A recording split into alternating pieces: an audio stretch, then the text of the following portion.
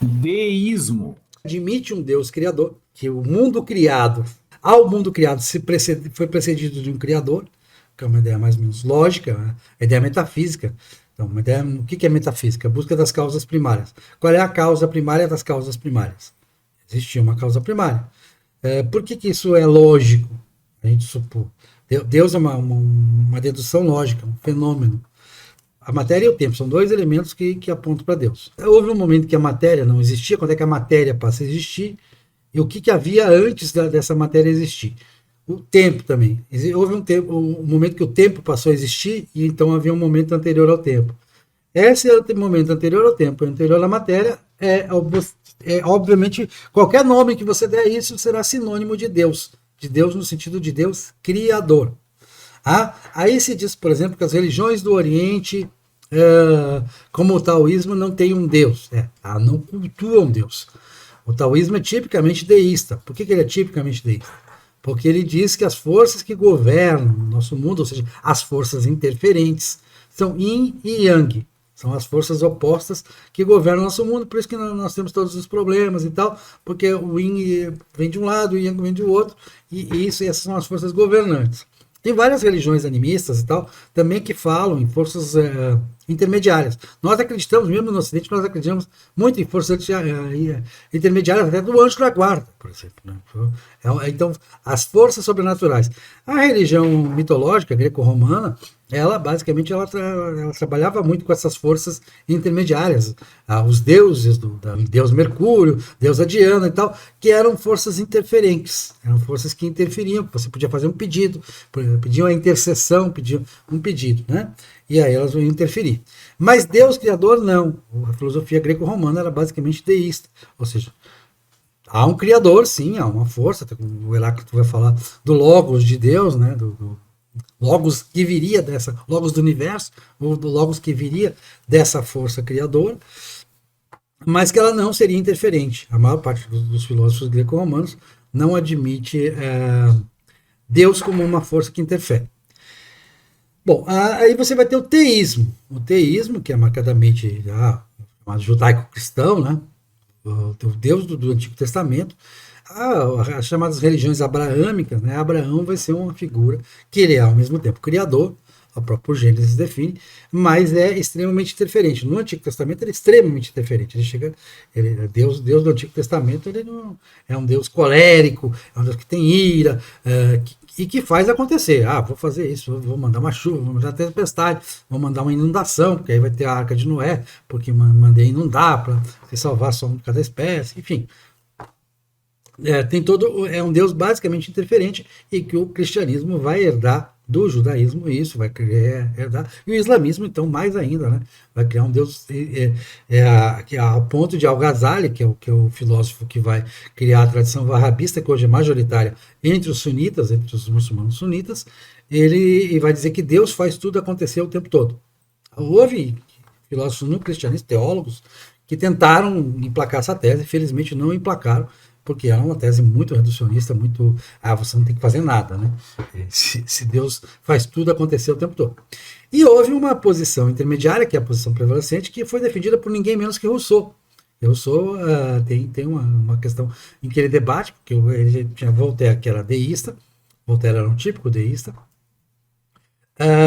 e Rousseau diz, não, quem faz o mais, faz o menos. Ou seja, se Deus criou, é evidente que ele pode interferir. Uma posição próxima do deísmo, embora, claro, ele fosse teísta, declaradamente teísta, é de Leibniz, né? Porque Leibniz projeta toda a ideia de Deus arquiteto, né? Inclusive ele traz uma ideia nova que é Deus como um contingente, quer dizer, se existe tudo que existe, podia não existir nada. Entendeu? Se existe a existência, se existe o universo, onde há tudo, podia existir nada. Ele propõe isso como físico até. Mas um raciocínio muito, muito bom do filósofo Leibniz, né? Mas ao mesmo tempo ele diz, quando ele responde aquela velha questão, porque se Deus onipotente ele não é onibenevolente, por que o mal existe? Por que existe o sofrimento e aquela coisa toda? E aí ele faz aquela famosa teoria de que os males vêm para o bem, né? Quer dizer que que tem que ser assim, né? Que as coisas acontecem assim, porque o resultado. O Maitre, Joseph de Maistre, que é o filósofo francês ultramontano, católico, vai aderir a essa tese também de que às vezes o mal se manifesta porque é necessário que ele se manifeste para que as coisas mudem, para que evoluam, e que isso vai resultar num bem lá na frente, né? Há um quesinho de deísmo, embora não seja deísmo, claro que ninguém vai acusar Maitre de deísmo, ele é teísta, claramente teísta. Eu me filio à questão do Rousseau. É óbvio que quem faz o mais faz o menos. Aí você vai procurar sinais de que isso aconteça.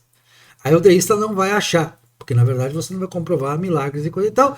Ou então os milagres, uma manifestação de uma interferência além das leis físicas, além das leis biológicas, além da ciência, ela poderia ser resultado de forças sobrenaturais intermediárias entre Deus e o homem. Né? Forças até, você acredita em astrologia, né? Os astros influenciariam. Tem todo tipo de sortes aí, que é a posição que não é Deus que interfere. Mas, evidentemente, eu fico com a posição de Rousseau, do ponto de vista filosófico, não só por ser católico, por ser teísta como profissão de fé, mas do ponto de vista lógico, filosófico, eu fico com a posição de Rousseau. Quem faz o mais, faz o menos. Significa que Deus interfere? Não. E aí eu tô com Leibniz. Leibniz pode ter razão nesse sentido. Pois que Leibniz pode ser um teísta que propõe uma coisa que pareceria um deísmo. Não significa que Deus tenha interferido até hoje ou que ele interfira. Mas ele pode interferir. Essa questão, a diferença entre o deísmo e o teísmo é que o deísta não acredita que Deus possa interferir.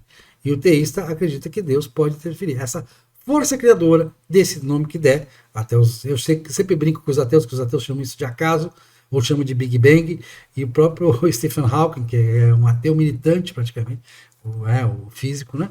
Ele dizia, quando a gente fala da origem do tempo, é inevitável que isso evoque Deus. Deísmo tem a ver com a ideia de que há Deus, né?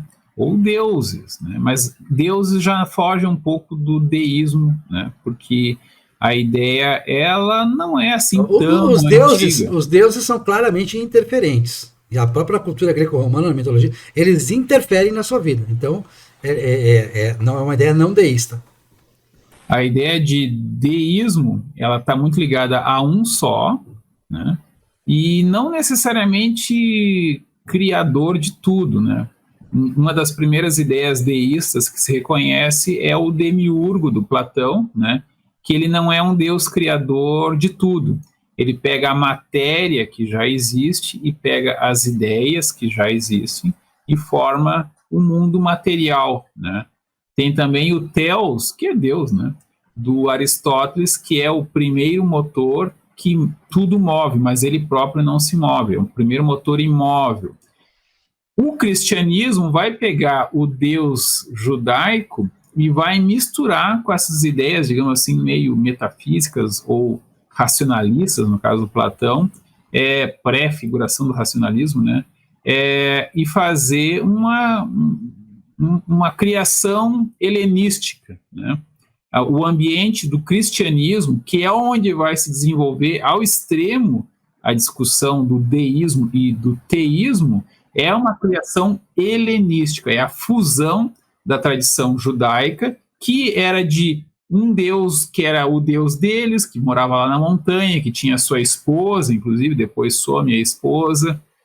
Então isso vai se construindo aos poucos, e inclusive a gente tem aquele paradoxo, né, que o texto de origem bem conhecida, mais antigo, é uma versão em grego do Velho Testamento, né? Então, é Septuaginta. Septuaginta.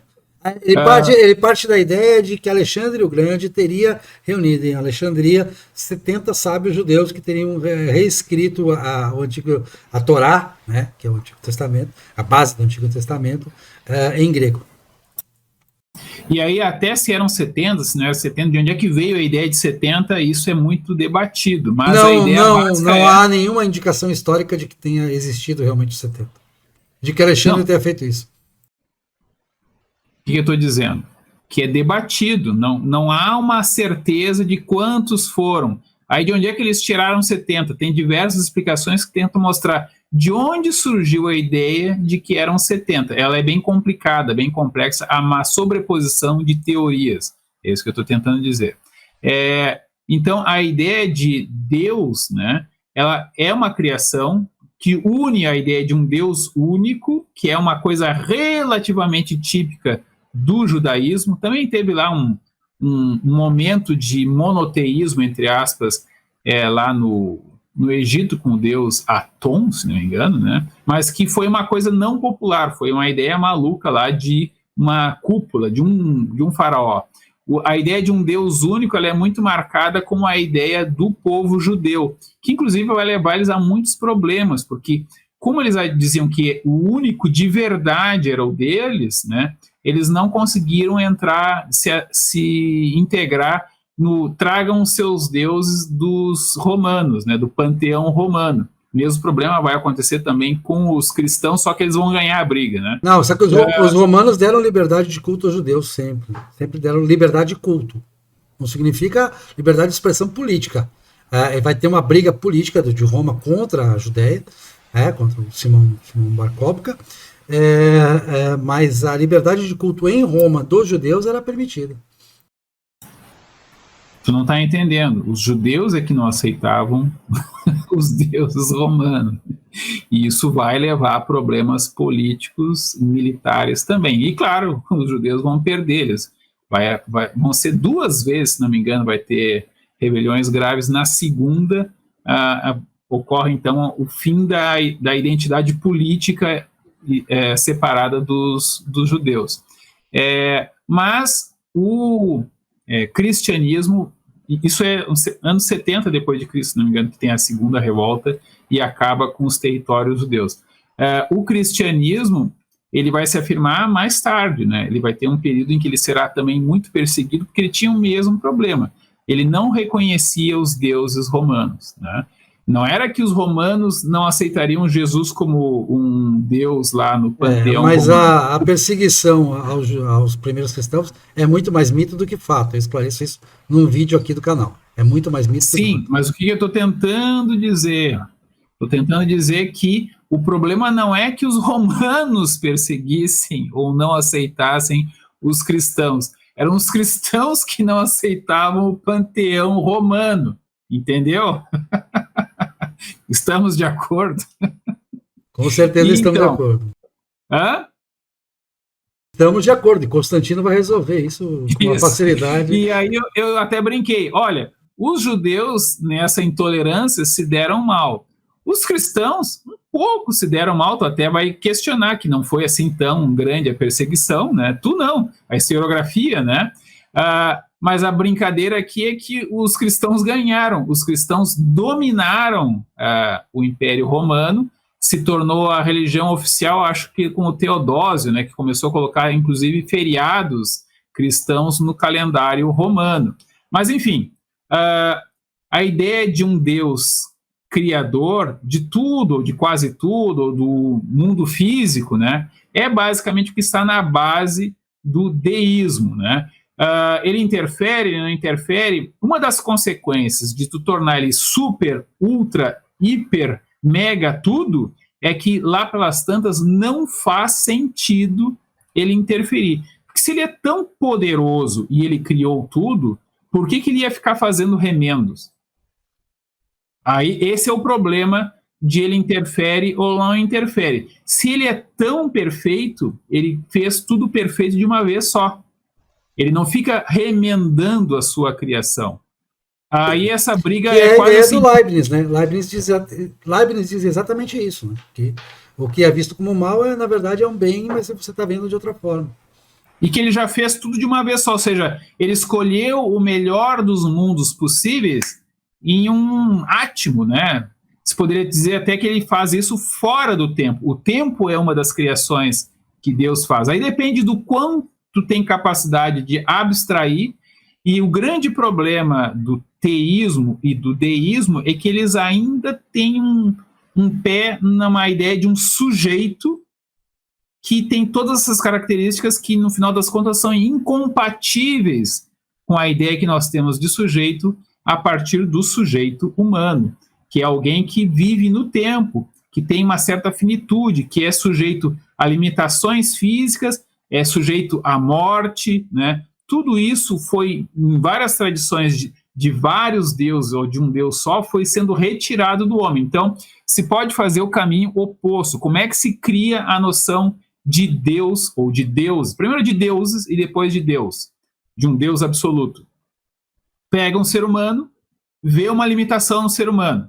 Ah, o ser humano precisa dormir, o ser humano morre, o ser humano isso, o ser humano aquilo. Vamos tirando essas limitações. Por negação de características do ser humano, a gente vai colocando um ser que é aparentemente superior ao ser humano, que está acima do homem, né? Só que essa abstração das características de um sujeito humano, ela aumenta muito, muito, muito com essas ideias não cristãs de Platão, de Aristóteles, e aumenta ainda mais conforme surge a figura quase que do filósofo profissional da Idade Média, que é o cara que vai se dedicar a estudar os autores gregos e tentar colocar isso na tradição cristã. Aí nós vamos ter o Deus judaico-cristão, que na verdade é judaico-cristão grego, né? E o peso grego aqui é muito grande, o que é um pouco paradoxal. Ele vai remeter a Heráclito, na verdade, que eu sempre digo, a introdução do Evangelho de João, no princípio era o verbo e o verbo se fez carne, aquilo é Heráclito. Mas no Heráclito não sei se tem um sujeito, né?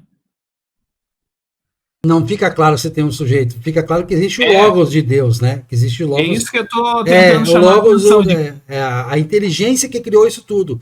O Heráclito ele vai ser resgatado por Leibniz, porque Leibniz ele cria a teoria do Deus arquiteto.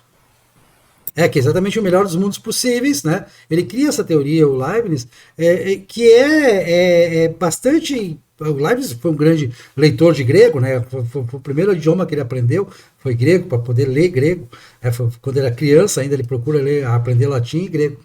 Ele leu textos gregos também. E ele é um grande admirador da filosofia grega. E aí ele resgata isso, né? Essa ideia do Deus arquiteto é uma que também está presente em Santo Agostinho, que também era aristotélico, né? É um grande considera aristotélico. Não, ele cita Aristóteles várias vezes e tal, ele não está contra Aristóteles. Mas aí a questão do Leibniz é mais... Não é aristotélico, ele é platônico. Bom, tá, isso é outra discussão. Agora a questão é que o Leibniz vai remeter ao Heráclito, ao Logos de Deus. Deus é o arquiteto que planeja isso tudo. Aquela ideia que você falou, o melhor dos mundos possíveis. Agora, o que nós temos que debater aqui para a gente chegar a uma conclusão é realmente este criador. O antropomorfismo, vamos casar, porque tem uma crítica do Schopenhauer ao antropomorfismo. Por que Deus tem características humanas? O antropomorfismo é um pouco lenda, isso sabe por quê? Eu fui buscar imagens na arte, tá? Imagens antigas na arte, para ilustrar a Nona Sinfonia de Beethoven, que está aqui no canal. Tá?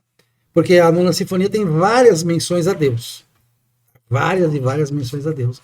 Na Ode de Joy, né? Que é a Ode de Alegria, que é a quarta parte da Nona Sinfonia. E aí eu tinha que achar imagens de Deus. Eu tive uma dificuldade enorme. Mesmo no cristianismo, a representação antropomórfica de Deus, ela é rara, ela não é comum. O Jesus Cristo é representado 100 vezes mais do que Nossa Senhora, então não se fala, né, do que Deus propriamente. Então, claro que a gente vai usar uma imagem antropomórfica porque a gente precisa, a gente não vai usar.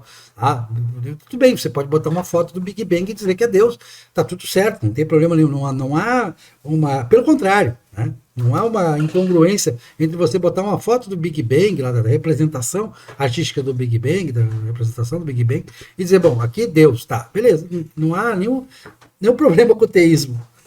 O teísmo não é contra essa representação, em vez de ser antropomórfica. O antropomórfico, na minha concepção, ele não modifica a substância de Deus e não interfere na discussão deísmo versus teísmo. A questão, eu quero circunscrever, Regis, a questão. Se você admite que existe um criador ou um logos do criador, um verbo, né, uma lógica da criação, a lógica do universo. Então você tem que determinar se isso se há a possibilidade dele interferir ou não. É a possibilidade. O teísmo não está afirmando que ele interfere o tempo todo. Inclusive, há correntes no catolicismo que dizem que ele não pode interferir, entre os próprios protestantes, que ele não vai fazer isso. Não é que ele não possa, ele não vai fazer isso, porque não faz sentido, porque só no juízo final e tal, aquela coisa, que tem que esperar, ter a parousia, a esperar a volta de Jesus para que isso aconteça, né? Que ele não vai interferir. Mas a potência de interferir, a onipotência, o requisito onipotência de Deus é que está em discussão deísmo versus teísmo. Ele é onipotente ou não é onipotente?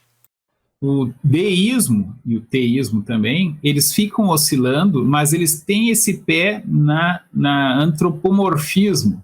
Pode não ser antropomorfismo físico, mas pelo menos um elemento que liga Deus com esse elemento antropomórfico que é ser um sujeito. Mesmo isso não faz muito sentido, tá? Principalmente para os teístas, né, que ficam muito abstratos, ele não interfere. Por que ele não interfere? Porque ele não tem o que fazer, ele já fez tudo. A potência dele é tão grande que ele não precisa ficar fazendo, ele já fez, né? Deus existe nesse contexto? Até fica complicado, por isso se tem uma solução metafísica para isso, que é Deus está fora do tempo, ele está na eternidade, e nós é que estamos no tempo. Isso fecha perfeitamente com a ideia do Big Bang, porque no Big Bang da física, espaço e tempo são criados a partir do Big Bang. Não faz sentido, ou não faz muito sentido, porque é metafísico, e a gente pode deixar para a religião, a questão de o que havia antes do Big Bang, tá? E a ideia pode ser ateísta e ter um princípio geral. Por exemplo, existe um autor alemão, acho que é o Boltzmann, né, que faz a seguinte ideia.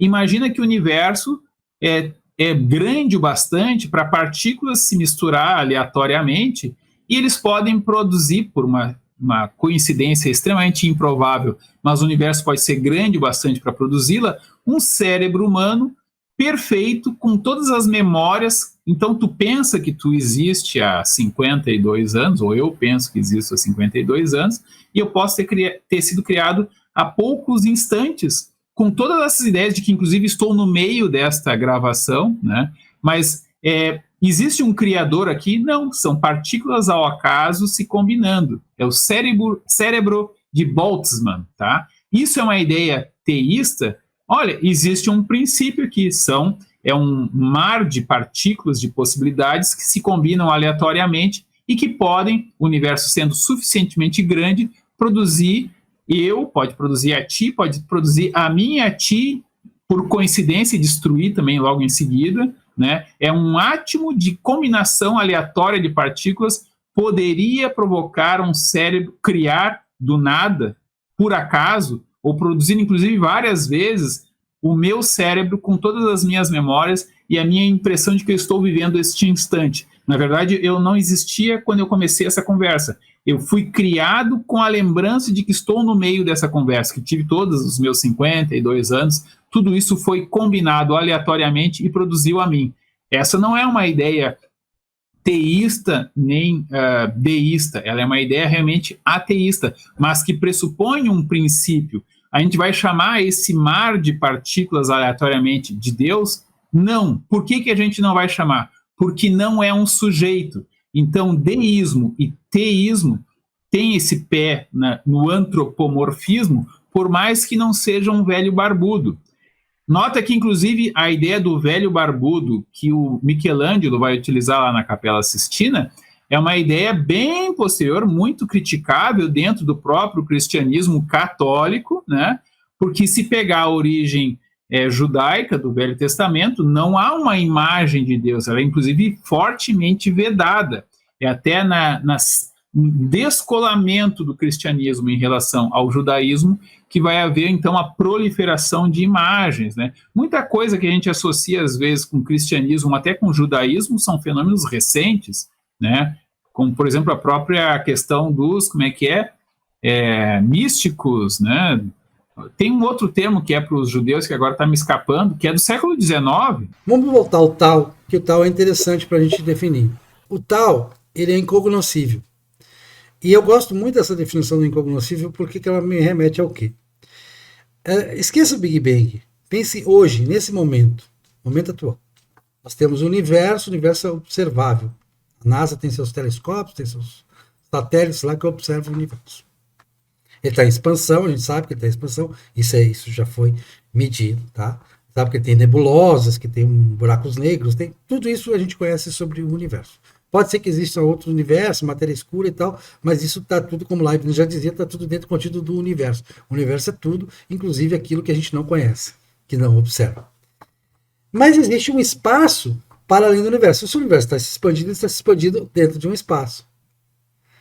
Que espaço é esse? Quer dizer, então, se você, lá no final de todas as galáxias existe o quê? Certo?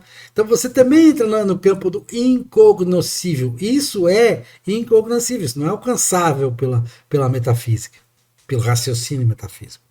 Mas o que o raciocínio metafísico é aí que eu quero chegar para a gente tentar levar uma conclusão, até onde o raciocínio metafísico pode nos levar, e aí eu volto com Santo Agostinho, que ele dizia, o que é o tempo? Se me pedirem, eu sei. Mas se me pedirem para explicar, eu já não sei. O que nós temos que chegar na metafísica é, bom, muito bem, admitimos que existe uma força, ou seja, o que for, não importa o nome que se diz, pode ser até o incognoscível, pode ser até o tal. O motor primeiro dos motores primeiros. Tá? O motor. Agora, ele tem a potência de interferir ou não tem a potência de interferir. Eu acho, a minha conclusão, por isso que eu sou teísta, é que ele tem a potência de interferir. O meu raciocínio é o raciocínio de Rousseau. Quem pode o mais, pode o menos. No Big Bang, né, se cria tempo e espaço. Dá para atingir outras compreensões a respeito disso? Sim. E aí é metafísica. Ou seja, a metafísica pode discutir isso. Os físicos vão pegar uma produção metafísica e vão ficar dentro dela o que é possível observar. Inclusive, se discute na física hoje em dia se teorias como, por exemplo, das supercordas são físicas ou são metafísicas, ou só matemáticas. Porque eles perguntam assim, qual seria o experimento que permitiria, então, avaliar se isso é verdade ou é falso, né? E ele diz, a gente teria que fazer um acelerador de partículas do tamanho da galáxia, do tamanho do universo, ou seja, não dá para fazer, né? Então, é uma questão metafísica mais do que física. A ideia do universo incriado, ela não supõe um Deus. Não é porque tu pressupõe que houve um início, uma criação, que tu supõe um sujeito. Aí é aquele problema do cérebro de Boltzmann, né? Um universo que já existe, que a gente não sabe se começou, se foi criado, e que a gente pressupõe pode ter sido sempre causa de si mesmo, ele não é teísta nem deísta. Ele é ateísta, inclusive, ou agnóstico, se tu preferir. Ou seja, a própria ideia de Deus como explicação do surgimento de tudo não resolve o problema. Porque ateu você o surgimento de Deus, o surgimento de Deus também não é explicado. Ou seja, dizer que o universo sempre existiu é tão esquisito ou absurdo quanto dizer que Deus sempre existiu e aí criou o universo. Bom, vamos distinguir aqui. Agnóstico, sim, concordo com você. Quando você diz agnóstico, eu concordo com que seja uma postura agnóstica. Ateu já é uma posição, como o John Gray diz, né? A última conquista do cristianismo é o ateísmo. E é um fenômeno absolutamente ocidental, é um fenômeno que acontece a partir de Spinoza. Spinoza, inclusive, era panteísta, não era? A questão, ele até remete tinha um certo panteísmo também na filosofia romana. Um embrião do panteísmo de Spinoza que vai ser a famosa resposta do Einstein. Você acredita em Deus? Sim, eu acredito no Deus de Spinoza. Eu sou ateu. Né? Uma maneira de dizer-se ateu é dizer que acredita no Deus de Spinoza. Bom, mas só tentando colocar, então, agnóstico é uma posição. Concordo que agnóstico seja uma posição válida. Tá? Não sei. Não tem a resposta para o que existia antes do tempo, não tem a resposta para o fenômeno ser criado, incriado, aquela coisa toda. Mas uma vez que você tenha obtido a resposta, pode chamar de acaso, de tal, de que você quiser, que existe uma força criadora, um fenômeno criador, um sujeito criador, para mim tanto faz. Seria fenômeno, ele é sujeito, se ele é logos, qual é o nome que você vai dar para isso? Não importa muito para mim. Importa é dizer o seguinte: essa força, esse fenômeno, esse sujeito, ele tem a potência de interferir ou não tem a potência de interferir. É isso que marca a fronteira entre deísmo e teísmo. Porque tanto deísmo quanto teísmo, como você qualificou muito bem, eles admitem, se não um sujeito criador, uma força ou um fenômeno criador. A minha impressão, posso ter entendido errado, é que o teísmo, que pressupõe que não interfere, ainda pressupõe um sujeito criador. Claro, não é? Sujeito criador, então, sim. Mas se tu diz que o universo não é um sujeito e dele pode surgir qualquer coisa, né? Até poderia surgir talvez Deus, né?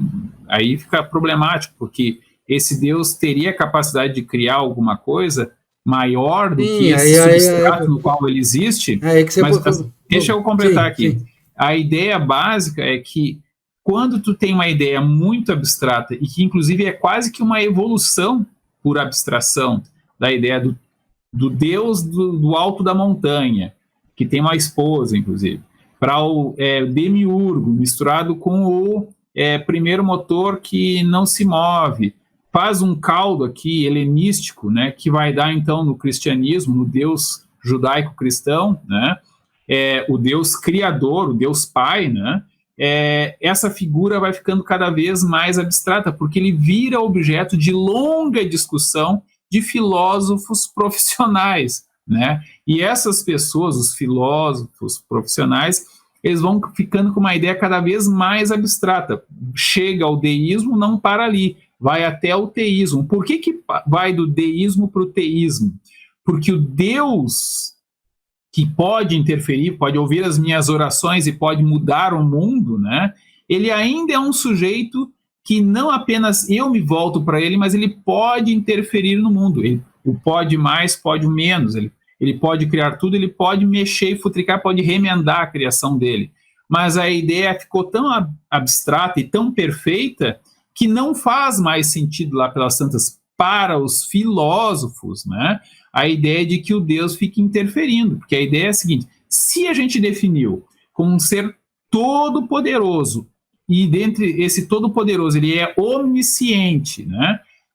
Então, ele até pode ser que o mundo seja contingente, ele tenha criado o mundo como algo contingente, que pode variar, mas ele já deu todas as instruções que ele tinha que dar. Ele não precisa mais fazer remendos, porque a criação dele foi perfeita. Então, um paradoxo é que, ao tornar cada vez mais abstrato, vai ficando cada vez menos plausível como um sujeito. Ou até a gente pode dar um remendo aqui retórico. É um sujeito, mas não é um sujeito como ser humano, é um sujeito que está fora do tempo. Ok, se é um sujeito que está fora do tempo, ele não tem aquilo que a física vai definir como tempo. A física não tem grandes problemas em definir o que é tempo. O tempo vai ser definido como processos que ocorrem, alguma coisa se transforma em outra. Isso a medida do tempo ocorrem mudanças. Com a dispersão do universo, que é uma das teorias de que o universo está se espalhando cada vez mais aceleradamente, ele está acelerando a dispersão. Chegará um momento em que não haverá mais processos, eles ficarão cada vez mais lentos, ficará cada vez mais frio, vamos dizer assim, e em algum momento não haverá mais mudança, e nesse momento não haverá mais tempo. Talvez se possa dizer que ele continuará se expandindo, mas não haverá como fazer qualquer medição, não haverá a possibilidade de um sujeito. Então ele começa sem sujeitos, durante um breve período surgem sujeitos, e durante um período gigantesco de tempo, né, da física atual, ele vai em direção a não haver mais mudanças. O tempo dos cosmólogos modernos é de trilhões de anos, né? Isso é completamente fora da perspectiva humana e ultrapassa a ideia que a gente consegue pensar. Deus a gente consegue pensar porque a gente faz um truque aqui, mas é um sujeito que tem alguma coisa em comum comigo. Essa é a diferença do deísmo.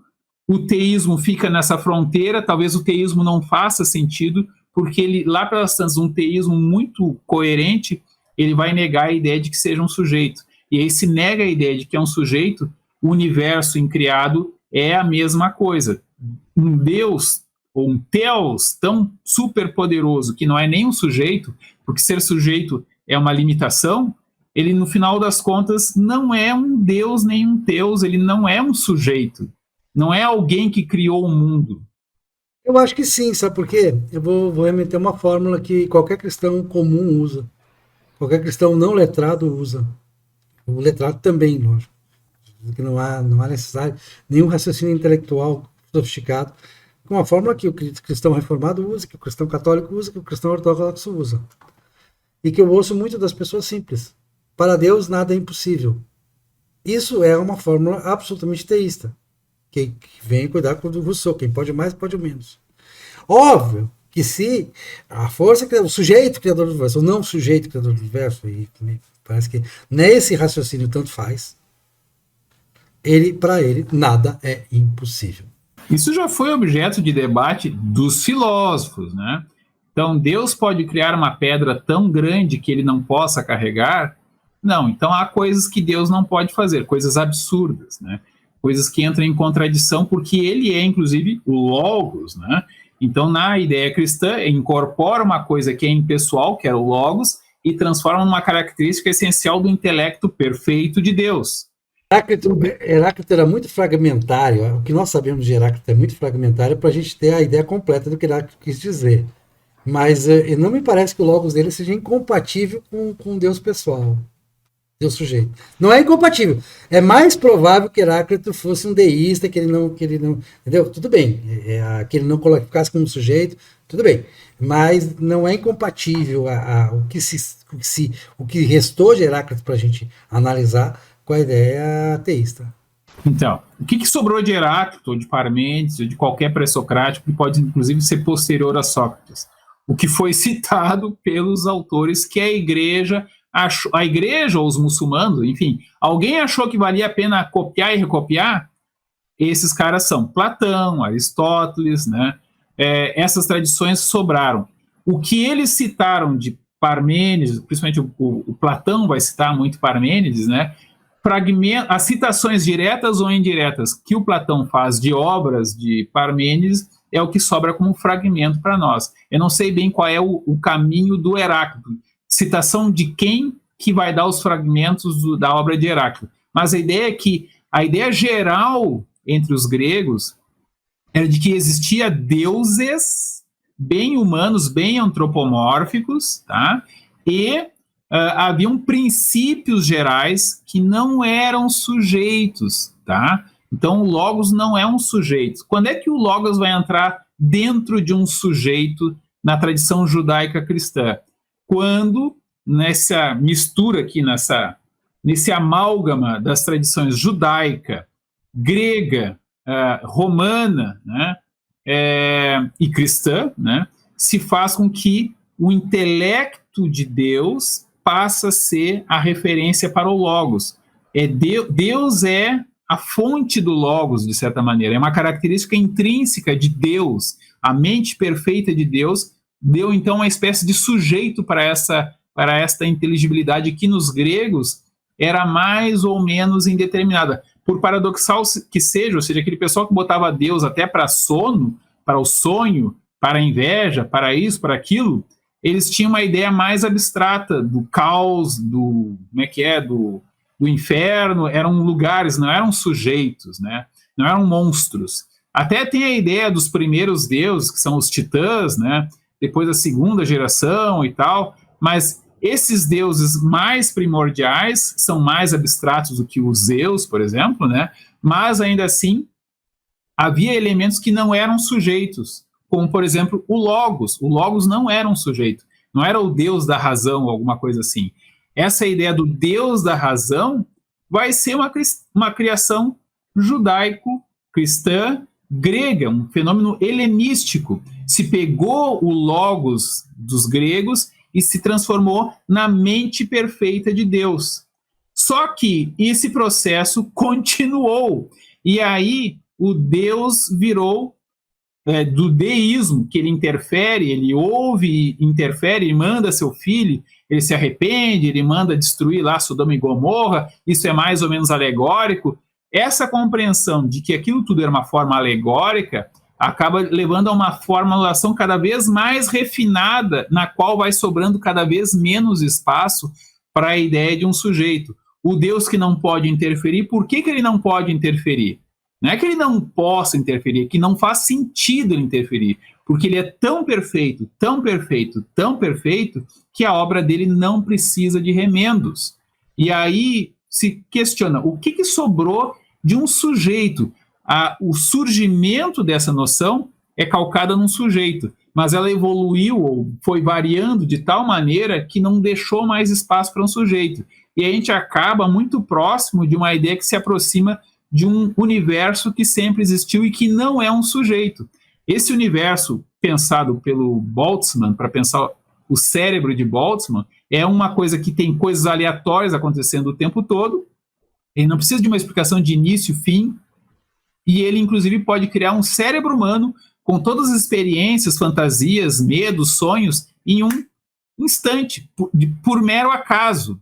É uma ideia bem abstrata e que não é teísta, né? E a ideia aqui de teísmo, ateísmo e agnosticismo, teísmo e ateísmo são primos metafísicos, são posições que fazem apostas. O agnosticismo, ele só diz, eu não me importo, para mim não é uma coisa que eu possa resolver e que não me importa. Mas acaso é providência, não esqueça disso. Bom, não, acaso, no sentido forte, não tem nenhuma causa. Por exemplo, Deus, o próprio Deus judaico-cristão, superpoderoso, pré-virar teísmo, ficando ainda no deísmo, ele, na melhor das explicações, ele é causa de si mesmo. Ele não é do acaso. Bom, vamos lá. Se for do acaso, é como se Deus fosse criado por uma coisa maior do que ele, que é o acaso. A gente está com 1 hora e não fez o resumo ainda. Tua. Eu sei, mas vamos para o resumo? Deísmo. Supõe-se uma força, um sujeito criador. Algo que existia antes do início do tempo, algo que existia antes do início da matéria. Então, é o Deus criador, que Leibniz define como Deus arquiteto, ou então uma inteligência, como Heráclito definia, o logos do universo. Aí há uma discordância se ele interfere ou não interfere, se ele é um Deus, que ele é um Deus criador. A maior parte das religiões que a gente conhece, da filosofia que a gente conhece, vai admitir a ideia do Deus criador. Admita-se uma força criadora, um sujeito criador ou uma força criadora, tanto faz. A questão filosófica é, ela pode interferir, ou teológica, essa força criadora, esse sujeito criador, ele pode interferir no atual curso das coisas, ou não pode interferir. Se ele pode interferir, não quer dizer que ele interfira, a visão é teísta. Se ele não pode interferir, ou não faça sentido ele interferir, nem agora, nem em momento nenhum, a posição é deísta. Então, admite-se a ideia de criação, mas não se admite a interferência de Deus, seja lá a definição que a gente der por Deus, mas Deus sempre vai ser causa primária das causas primárias, fenômeno metafísico. Então, a posição deísta é a posição de não interferência, Deus não é providência, Deus é criador, mas não providência, e a posição teísta é Deus criador e pode ser providência, que a partir do pensamento de Rousseau, quem pode o mais, pode o menos. Né? O taoísmo é a ideia de que as forças interferentes, as forças que causam a providência são o yin e o yang, e o tao é o incognoscível, ou seja, é aquilo que nós não podemos descrever. Nós não podemos descrever para o taoísmo, nós não podemos descrever a força criadora. Então não é que o taoísmo não seja, não acredita em Deus. O taoísmo tem um Deus, sim, é o Tao. Mas o Tao não é cognoscível. Então eles nem colocam uma postura de deísmo ou teísmo. Eles não sabem, admitem que não sabem se Deus é interferente ou não, e quem é ele, quem é esse sujeito ou não sujeito. Deísmo é a ideia de um sujeito que é o criador de tudo. Tá? Ele é uma construção das tradições grega, que não tinham essa noção de um Deus criador. As duas. Deísta, tá, vamos lá. Deísta é o que diz que Deus não interfere. Com D, não interfere. Não pode interferir, não interfere. Teísta, ele pode interferir. Se ele interfere ou não, não é o que importa. O importante é que ele pode interferir. Certo? Então, a gente está discutindo o deísmo, que é o que não pode interferir. Essa é a pergunta do programa. O que é deísmo? Um Deus que não pode interferir. Pronto. Então, deísmo é uma noção que foi criada a partir de uma ideia antropomórfica que pegou alguns elementos que não eram antropomórficos, como, por exemplo, o logos grego. O logos grego não era um sujeito, era uma característica do mundo, que é inteligível. Essa característica foi internalizada dentro do Deus judaico-cristão lentamente, vai entrar principalmente com a mistura do pensamento grego com o cristianismo nascente, aproveitando também a tradição judaica. E aí nós vamos ter a ideia do intelecto perfeito de Deus, incorporando num sujeito essa noção. Essa noção vai sendo cada vez mais refinada e lá pelas tantas se considera, olha, se Deus pode interferir, não faz sentido que ele interfira, porque Deus não precisa fazer remendos na sua criação, que é perfeita desde o início. Senhor meu Deus, quando eu maravilhado fico a pensar nas obras de tuas mãos, no céu azul de estrelas pontilhado, o teu poder mostrando a criação. Então minha alma canta-te, Senhor, quão grande és tu, quão grande és tu.